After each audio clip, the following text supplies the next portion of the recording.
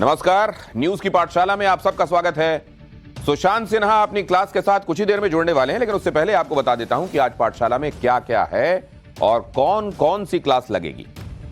केजरीवाल, ममता, तेजस्वी राम मंदिर से पहले जेल जाएंगे क्या? अरविंद केजरीवाल का जेल प्लान लीक हो गया है। क्या था यह प्लान? कांग्रेस, केजरीवाल, नीतीश 12 दिन में इंडी को इनमें से कौन निपटाने वाला है? नीतीश की नई डील, ममता, राहुल, केजरीवाल के साथ बड़ा खेल। पूरा चैप्टर आपके सामने होगा। 22 जनवरी से पहले राम भक्तों को रोकने कौन कौन मैदान में उतरा है, बताऊंगा आपको। मंदिर पॉलिटिक्स में उलझा विपक्ष, उधर मोदी योगी ने किया बड़ा खेल। और पीएम मोदी का वो काम, देश का खजाना भर देंगे प्रभु श्री राम। ट्रकों के पहिए जाम करने के पीछे कौन है, असली वजह सामने आ गई है। आज ये भी आपके सामने होगा। और पृथ्वी की वो रहस्यमयी बात और रहस्य से भरी हुई जगहें जिन्हें देखकर आप चौंकने वाले हैं, आज होगा। एक क्लास इसकी भी। 4G, 5G, 6G भूल जाओ, इंटरनेट स्पीड के मामले में सबका बाप आ गया। कौन है वो? एक चैप्टर इस पर भी। लेकिन आज की पाठशाला शुरू करने से पहले दिन भर की बड़ी खबरों का रिवीजन।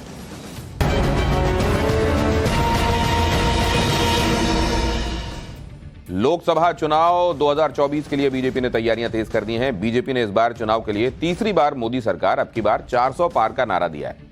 खबर है कि दिल्ली में आज पार्टी अध्यक्ष जेपी नड्डा की अगुवाई में बीजेपी की बैठक हुई और इस नारे पर सहमति बनी।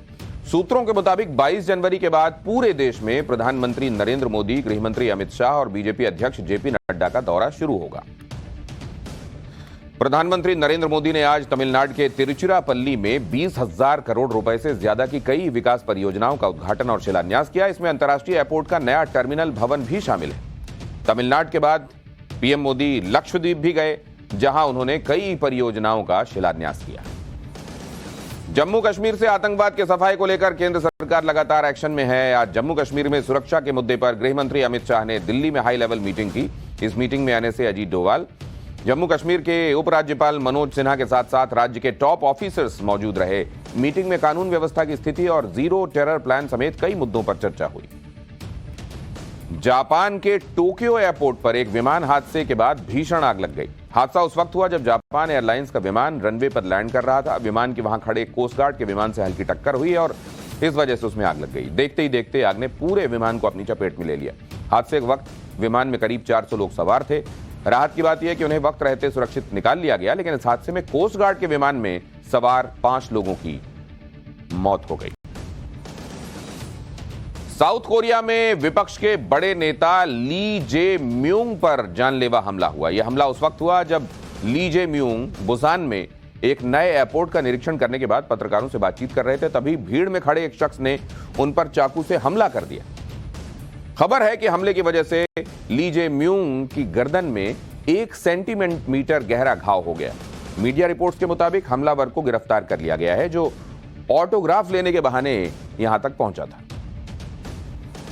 और बस कुछ ही देर में पाठशाला में सुशांत सिन्हा भी हमारे साथ जुड़ेंगे। सुशांत सिन्हा की स्पेशल क्लास कुछ ही देर में आने वाली है, लेकिन तब तक पाठशाला में उन नेताओं का चैप्टर जिनके जेल जाने की लिस्ट बनाकर इंडी गठबंधन खुद बैठा हुआ है। केजरीवाल, ममता, तेजस्वी राम मंदिर से पहले जेल जाएंगे। और क्या ईडी के सवालों से पहले अरविंद केजरीवाल का जेल प्लान लीक हो गया है?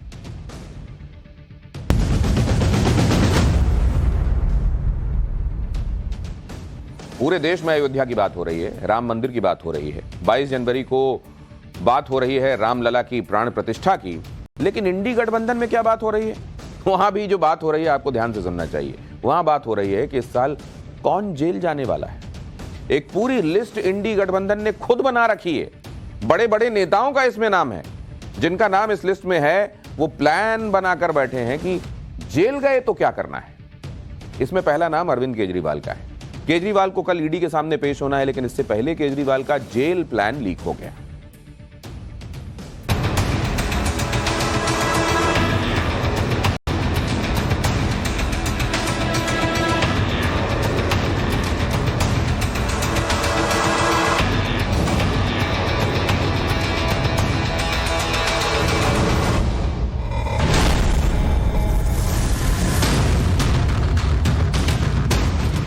नए साल में क्या इंडी गठबंधन के आधे नेता जेल में होंगे?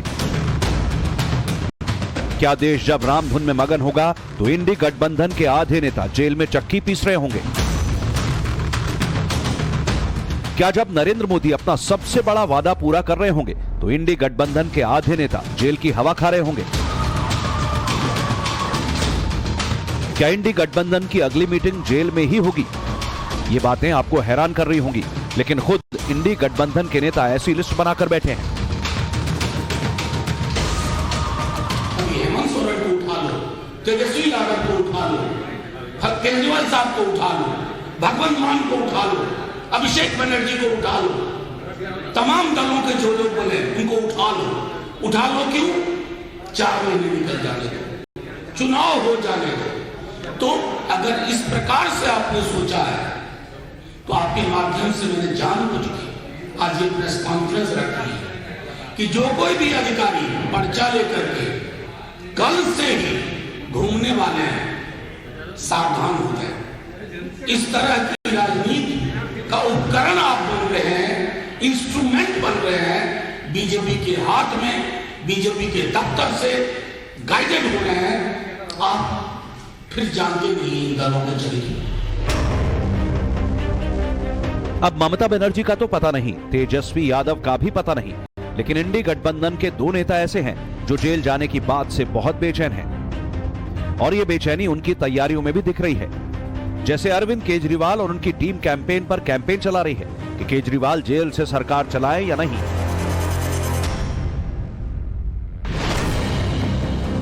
आम आदमी पार्टी का दावा है कि सिग्नेचर कैंपेन में दिल्ली के 23,82,000 परिवारों के करीब 96 लाख लोगों ने हिस्सा लिया और 98% जनता ने कहा कि अरविंद केजरीवाल को किसी भी हालत में इस्तीफा नहीं देना चाहिए, जरूरत पड़े तो जेल से सरकार चलानी चाहिए। लगभग 1 करोड़ लोगों से डायरेक्ट संवाद इस पूरे अभियान के तहत हुआ और एक व्यक्ति इस बात को लेकर के एकदम जो है सो श्योर है, अरविंद केजरीवाल जी के प्रति जो प्यार है, समर्थन है, वो माइंड ब्लोइंग है जो कि निकल करके आया है। जेल से अब तक तो किसी ने सरकार चलाई नहीं, फिर केजरीवाल कैसे कर पाएंगे ये कहना मुश्किल है, लेकिन एक कानूनी लड़ाई पर सियासी माहौल बनाया जा रहा है। आम आदमी पार्टी के कार्यकर्ताओं को संबोधित करते हुए अरविंद केजरीवाल कह चुके हैं कि बच्चों को अच्छी शिक्षा दोगे तो जेल जाना पड़ेगा, गरीबों को मुफ्त इलाज दोगे तो जेल जाना पड़ेगा, हमने जनता की भलाई के लिए जो रास्ता चुना उसके लिए हमें जेल जाना होगा। अरविंद केजरीवाल जेल जाने की बात तब कर रहे हैं जब कल उन्हें ईडी के सामने पेश होना है। ईडी ने उन्हें 3 जनवरी को पेश होने को कहा है। ईडी के सामने पेशी के सवाल पर आम आदमी पार्टी के नेता गोलमोल जवाब दे रहे हैं। ईडी का तीसरा नोटिस है, क्या स्टेटस है आम आदमी पार्टी का और क्या सीएम कल जाएंगे? We will act as per the law. देखिए, इस पर हमारी legal team will be better equipped to answer and we will act as per the law. Arvind Kejriwal भी जानते हैं कि अगर वो ऐसे ही ईडी के समन को इग्नोर करते रहे तो जेल जाना पक्का है। अरविंद केजरीवाल जेल चले जाएंगे तो उनकी जगह सीएम कौन होगा, कौन सरकार चलाएगा? क्या अरविंद केजरीवाल भी वही फॉर्मूला अपना सकते हैं जो झारखंड में सीएम हेमंत सोरेन बना रहे हैं? क्योंकि हेमंत सोरेन के बारे में सूत्र ये बता रहे हैं कि वो जेल जाने से पहले अपनी पत्नी कल्पना सोरेन को झारखंड का सीएम बना सकते हैं। कल्पना सोरेन अभी तक एक प्ले स्कूल और अपने बिजनेस चलाती हैं। उन्हें राजनीति का कोई अनुभव नहीं, लेकिन वो राजनीतिक परिवार से हैं। कल्पना सोरेन मूलतः ओडिशा से हैं।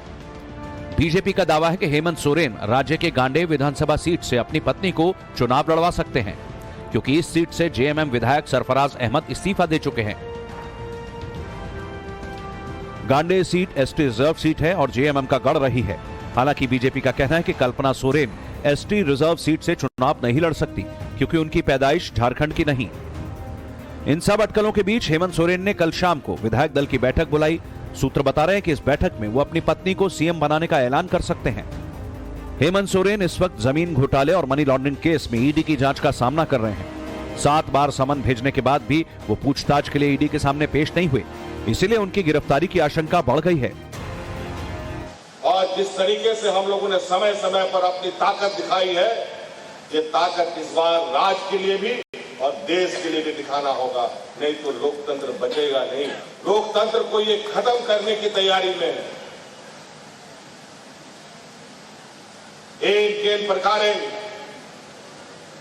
पूरा जितना गैर भाजपा शासित राज्य है, सभी राज्य के सरकारों को इन लोगों ने तबाह कर रखा है। इस बार थोड़ा बहुत तो दिया सब जल रहा है ना इन लोग का।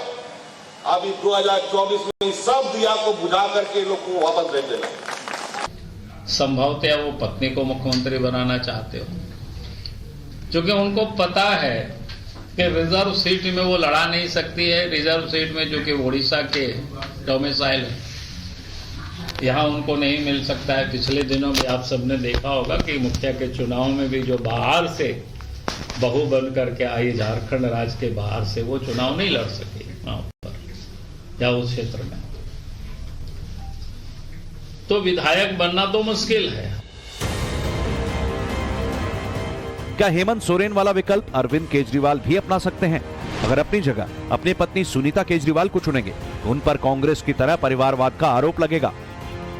हालांकि केजरीवाल के लिए इन आरोपों से ज्यादा अहम बात यह है कि वो किसी ऐसे व्यक्ति को ही कमान सौंपना चाहेंगे जिस पर वो आंख मूंद कर भरोसा कर सकते हैं।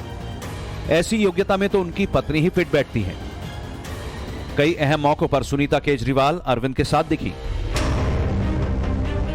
हेमंत सोरेन वाला फार्मूला अपनाने की बात में इसलिए भी दम दिखता है क्योंकि केजरीवाल के पास इस वक्त कोई बड़ा और भरोसेमंद नेता नहीं है जिसे वो जिम्मेदारी दें। केजरीवाल के दो सबसे करीबी लोग जेल में हैं। सबसे करीबी मनीष सिसोदिया तो 1 साल से जेल में है। मनीष सिसोदिया को 1 साल से जमानत तक नहीं मिली। केजरीवाल के करीबी संजय सिंह की जमानत अर्जी बार बार खारिज हो रही है। संजय सिंह के केस में तो कोर्ट यह भी कह चुकी है कि पहली नजर में मनी लॉन्ड्रिंग के सबूत हैं। ऐसी स्थिति में केजरीवाल ने अपना कोई सीक्रेट प्लान बनाया होगा, क्योंकि बातें कितनी भी की जाएं, माहौल कितना भी बनाया जाए, जेल से सरकार नहीं चलाई जाती। यह विकल्प बहुत प्रैक्टिकल नहीं है। जेल में रहते हुए पार्टी की कमान और मुख्यमंत्री पद दोनों रख पाना अरविंद केजरीवाल के लिए ठीक विकल्प नहीं, क्योंकि जेल जाने पर अरविंद केजरीवाल पर यह दबाव बढ़ेगा कि वो नैतिक जिम्मेदारी लेते हुए दिल्ली के मुख्यमंत्री पद से इस्तीफा दें, जैसा उन्होंने मनीष सिसोदिया और सत्येंद्र जैन के केस में किया और दोनों के जेल जाने पर उन्हें मंत्री पद से हटाया, उनकी जगह किसी और को जिम्मेदारी दी। ऐसी स्थिति में जब तक केजरीवाल का जेल जाने का नंबर ना आए तब तक आम आदमी पार्टी की प्लानिंग यही लगती है कि इस मुद्दे को जितना ज्यादा खींच सकते हैं खींचे। दिल्ली में door to door signature campaign के बाद आम आदमी पार्टी अब 4 जनवरी से जनसंवाद अभियान शुरू करने वाली है। इस अभियान में आपके विधायक और पार्षद शामिल होंगे। दिल्ली की जनता के बीच जाकर जनसंवाद करेंगे। यानी आम आदमी पार्टी का प्लान है इस मुद्दे को लोकसभा चुनाव तक खींचा जाए। आम आदमी पार्टी का कहना है कि उनके सभी विधायक और पार्षद अरविंद केजरीवाल से अपील कर चुके हैं कि उन्हें किसी भी हालत में इस्तीफा नहीं देना चाहिए और जेल से ही सरकार चलानी चाहिए। अपने नेताओं की अपील पर अरविंद केजरीवाल का कहना है कि वो दिल्ली की जनता की राय के आधार पर ही फैसला लेंगे। अभी तो केजरीवाल के जेल जाने की कोई बात भी नहीं है। अभी तो सिर्फ उन्हें ईडी के सवालों के जवाब ही देने हैं।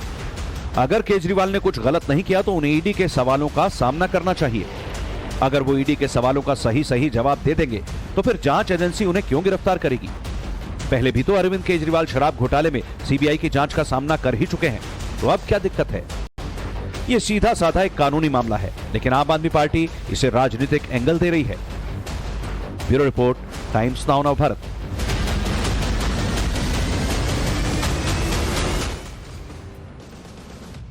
तो प्लान ऐसे भी बनते हैं। पाठशाला में सुशांत की स्पेशल क्लास आने वाली है, लेकिन उससे पहले इस स्पेशल क्लास से पहले इंडी गठबंधन के भयंकर जो अंदर द्वंद्व चल रहे हैं उसका चैप्टर दिखाता हूं मैं आपको, क्योंकि इंडी गठबंधन के पास सिर्फ 12 दिन बचे हैं। 14 जनवरी से पहले सीट शेयरिंग हो जाने की बातें कही गई थी, लेकिन सीट शेयरिंग तो दूर, यहां एक दूसरे को ही खत्म करने के लिए जोर लगाया जा रहा है। कांग्रेस, केजरीवाल, नीतीश, 12 दिन में इंडी को इन्हीं में से कोई निपटा देगा क्या? नीतीश की नई डील ममता, राहुल, केजरीवाल के साथ बड़ा खेल हो गया क्या? यह चैप्टर देखिए।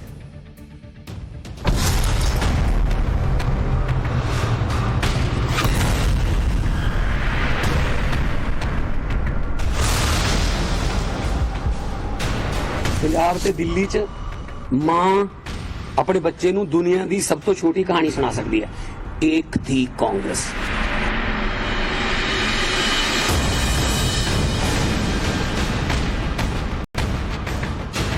आने वाले समय में माताएं ये भी कहेंगी कि एक पार्टी थी जो आजकल तिहाड़ में मिलती है। साल बदला, इंडी गठबंधन का हाल नहीं बदला। अपने बच्चे ਨੂੰ दुनिया ਦੀ ਸਭ ਤੋਂ ਛੋਟੀ ਕਹਾਣੀ ਸੁਣਾ ਸਕਦੀ ਹੈ, एक ही कांग्रेस। आने वाले समय में माताएं ये भी कहेंगी कि एक पार्टी थी जो आजकल तिहाड़ में मिलती है।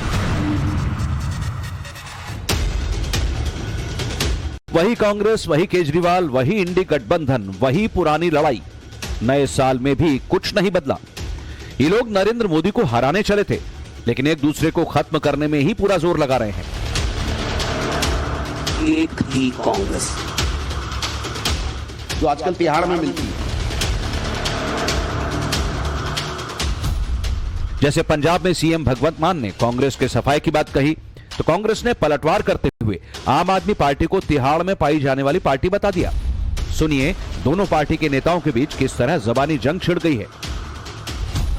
पंजाब ते दिल्ली च मां अपने बच्चे ਨੂੰ दुनिया ਦੀ ਸਭ ਤੋਂ ਛੋਟੀ ਕਹਾਣੀ ਸੁਣਾ ਸਕਦੀ ਹੈ, एक थी कांग्रेस। इंडिया अलायंस के कुछ लोगों ने कहा कि भाई इनको भी इंक्लूड कर लीजिए, भले ही छोटी पार्टी हो, एक आध राज्य में हो, लेकिन इनको इंक्लूड करने की एक बात चल रही है। अब ये इस बात को मुझे नहीं लगता हजम कर पाते हैं, तो इसलिए दिक्कत होती है, क्योंकि इनको जो बड़े गठबंधन में आने की जो एक तौर तरीके होते हैं, उसका एक कल्चर होता है, उसकी इनको समझ नहीं है। किसी के साथ भी काम करने की समझ नहीं है, चाहे दिल्ली के एलजी हो, चाहे भारत की सरकार हो, चाहे विपक्ष के लोग हो, चाहे गठबंधन हो, इनको किसी के साथ काम करने की आदत इसलिए नहीं है क्योंकि इनकी सारी पॉलिटिक्स पूरी दुनिया पर उंगली उठाने की है। ठीक है, अब ये इस बात को नहीं समझते हैं। जब इन्होंने कहा, स्वाभाविक है जब ये कहेंगे कि एक थी कांग्रेस, तो कांग्रेस की तरफ से कोई ना कोई प्रतिक्रिया तो आएगी, लेकिन एक बात ये नहीं समझ रहे कि आने वाले समय में माताएं ये भी कहेंगी कि एक पार्टी थी जो आजकल तिहाड़ में मिलती है। ये बता दे कौन सी ऐसी पार्टी है जिसका 40% नेतृत्व जेल में हो और बाकी जाने को तैयार बैठा हो।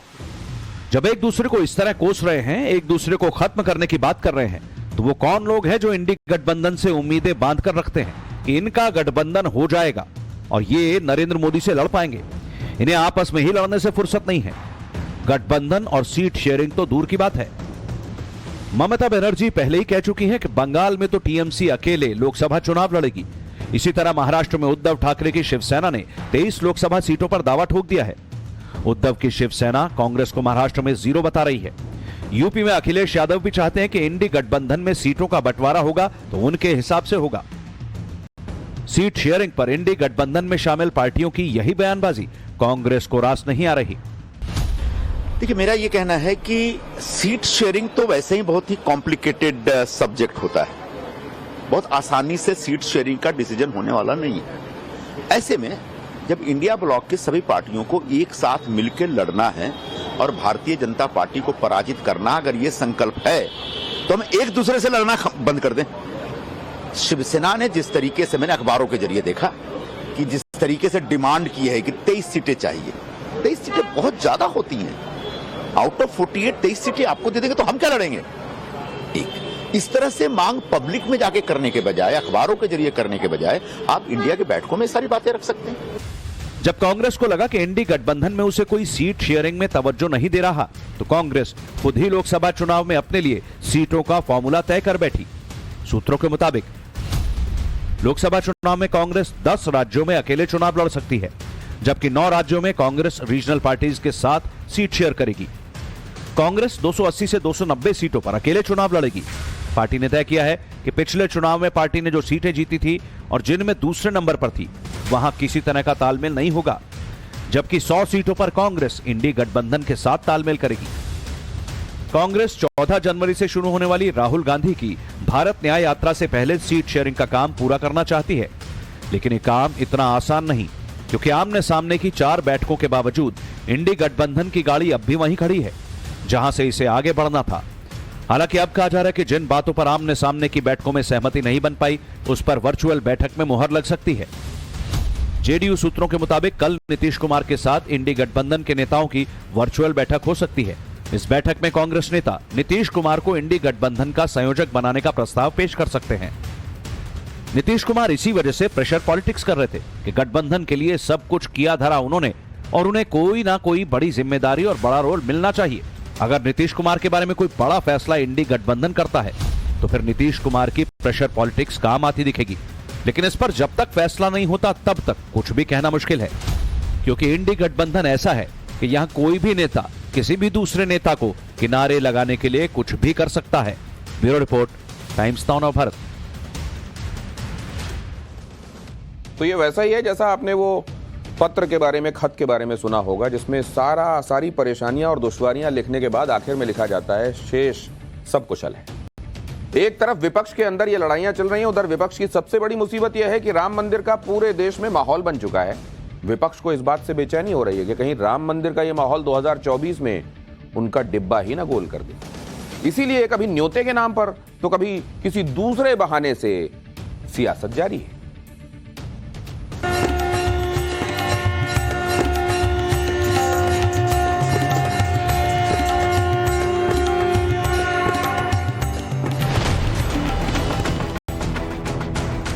नौजवानों, मस्जिदों को आबाद रखो।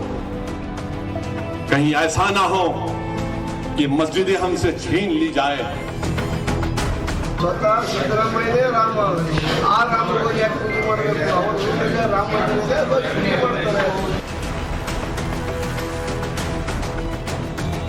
देश जहां राम मंदिर की प्राण प्रतिष्ठा के उत्सव को देख रहा है, वहीं इस उत्सव पर होने वाली राजनीति को भी देख रहा है, क्योंकि रामलला की प्राण प्रतिष्ठा के कार्यक्रम के निमंत्रण पर प्रश्न उठाए जा रहे हैं।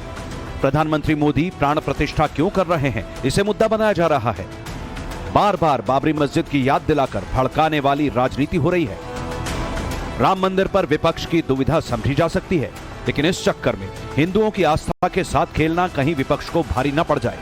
जैसे कर्नाटक कांग्रेस के नेता कह रहे हैं कि अयोध्या वाले राम तो बीजेपी के साथ हैं। कर्नाटक के मुख्यमंत्री सिद्धारमैया तो खुद भगवान राम हैं, वो अयोध्या जाकर पूजा क्यों करें?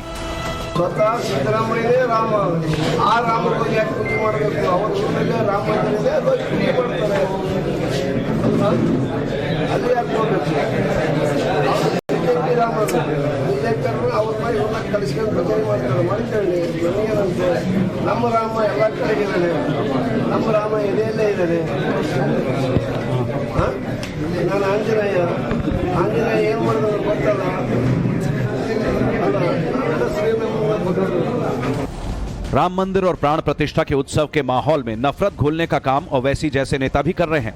ओवैसी मुसलमानों को बाबरी मस्जिद की याद दिला रहे हैं, कह रहे हैं कि मस्जिदों को आबाद रखो, क्या पता कौन सी मस्जिद हमसे छीन ली जाए। नौजवानों, मस्जिदों को आबाद रखो। नौजवानों, तुमसे मैं कह रहा हूं, हमारी मस्जिद हमने खोदी और वहां पर क्या किया जा रहा है आप देख रहे हैं। नौजवानों, क्या तुम्हारे दिलों में, हमारे दिलों में तकलीफ नहीं होती कि जिस जगह पर हमने 500 साल हय्या अल सलाह और हय्या अल फलाह की सदाएं दी, जहां पर हमने बैठकर कुरान करीम का जिक्र किया, जहां पर हमने बैठकर सलात और सलाम के नजराने पेश किए, आज वो जगह हमारे हाथ में नहीं है। नौजवानों, क्या तुमको नहीं दिख रहा कि अभी ऐसे 3-4 मसाजिद हैं जिसमें दिल्ली की सुनेरी वाली मस्जिद भी है। मेरे अजीज दोस्तों, याद रखो नौजवानों, ये जो ताकतें हैं ना तुम्हारे दिल से, जब इत्तेहाद को निकालना चाहते हैं, क्यों निकालना चाहते हैं? मिली गीरत को खत्म कर दिया जाए, मिली हमियत को खत्म कर दिया जाए। बरसों की मेहनतों के बाद आज हमारा एक मुकाम हमने पैदा किया, तो ये आपको इन चीजों पर गौर करना है। अपनी मिली हमियत को, मिली अपनी ताकत को बरकरार रखिए। नौजवानों, मस्जिदों को आबाद रखो। कहीं ऐसा ना हो कि मस्जिदें हमसे छीन ली जाए।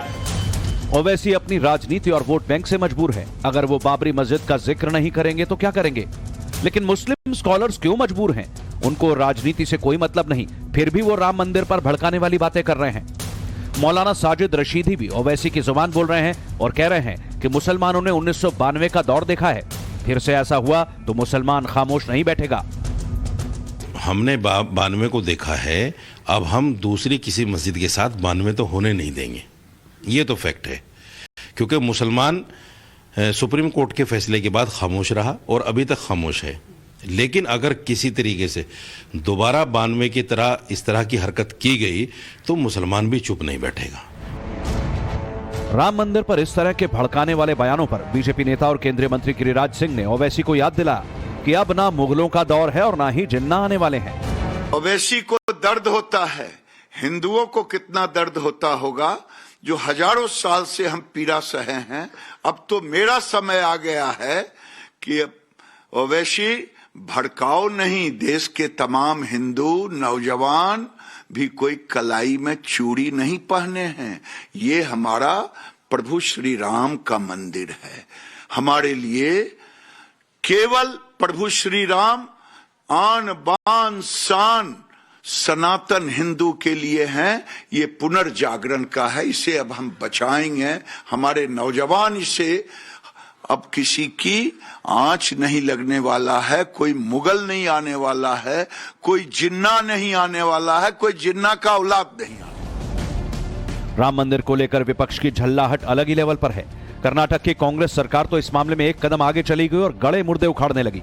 अयोध्या में विवादित ढांचे से जुड़े 30 साल पुराने केस रिओपन किए जा रहे हैं और आरोपियों को अब गिरफ्तार किया जा रहा है। 1992 में कर्नाटक के हुबली में दंगे हुए थे। दंगे के आरोपी श्रीकांत पुजारी को अब गिरफ्तार किया गया है। श्रीकांत पुजारी पर आगजनी का आरोप है। आरोपी को न्यायिक हिरासत में भेजा गया। इस तरह के 37 केस हैं जो खोले जा रहे हैं। सवाल यह है कि 1992 के बाद से कर्नाटक में कांग्रेस की सरकार कई बार बन चुकी, लेकिन पहले कभी कांग्रेस सरकार ने 1992 से जुड़े केस नहीं खोले। अब जब राम मंदिर बनने वाला है, रामलला की प्राण प्रतिष्ठा होने वाली है, तो कांग्रेस सरकार का यह फैसला सवालों के घेरे में है। इस पर साधु संतों ने नाराजगी जाहिर की है। जिस तरह से कर्नाटक में इतने दिनों के बाद जब मर्यादा पुरुषोत्तम भगवान श्री राम लला का भव्य मंदिर के उद्घाटन की तैयारियां चल रही है, 22 जनवरी 2024 मध्याह्न 12:20 पर प्रभु श्री राम लला अपने वैकल्पिक गर्भगृह से भव्य मंदिर में विराजमान होने जा रहे हैं।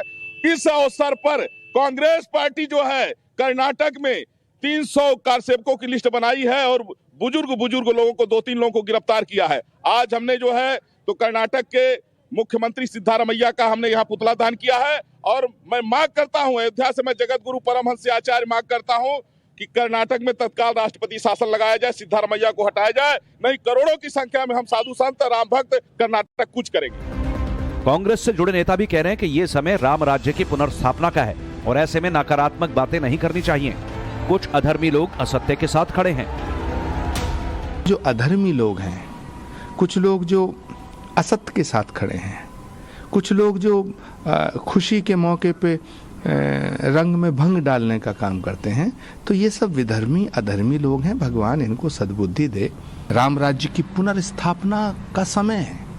ऐसे में इस तरह की बेकार की बेहूदी घटिया नकारात्मक नेगेटिव बात करके भारत की जो गौरव की गाथा है उस पर सवालिया निशान लगाने का प्रयास ये लोग कर रहे हैं। इससे कुछ फर्क नहीं पड़ेगा। राम मंदिर में रामलला की प्राण प्रतिष्ठा का कार्यक्रम बहुत बड़े स्केल पर किया जा रहा है। करोड़ों भक्तों तक प्राण प्रतिष्ठा का निमंत्रण श्री राम के संदेश के साथ पहुंचाया जा रहा है। अब ऐसे विपक्ष की दुविधा यह है कि राम मंदिर के कार्यक्रम में शामिल होने से वोट बैंक छिटकने का खतरा है। राम मंदिर कार्यक्रम में शामिल होना बीजेपी के एजेंडे को न चाहते हुए भी सहमति देना है। राम मंदिर कार्यक्रम में शामिल होना यानी यह मानना कि 500 साल तक हिंदुओं का अधिकार छीना गया। विपक्ष अभी राम मंदिर के मुद्दे पर अपनी राजनीति की लाइन और लेंथ तय करने में उलझा हुआ है। इधर बीजेपी ने राम मंदिर और प्राण प्रतिष्ठा को अलग ही लेवल तक पहुंचा दिया है।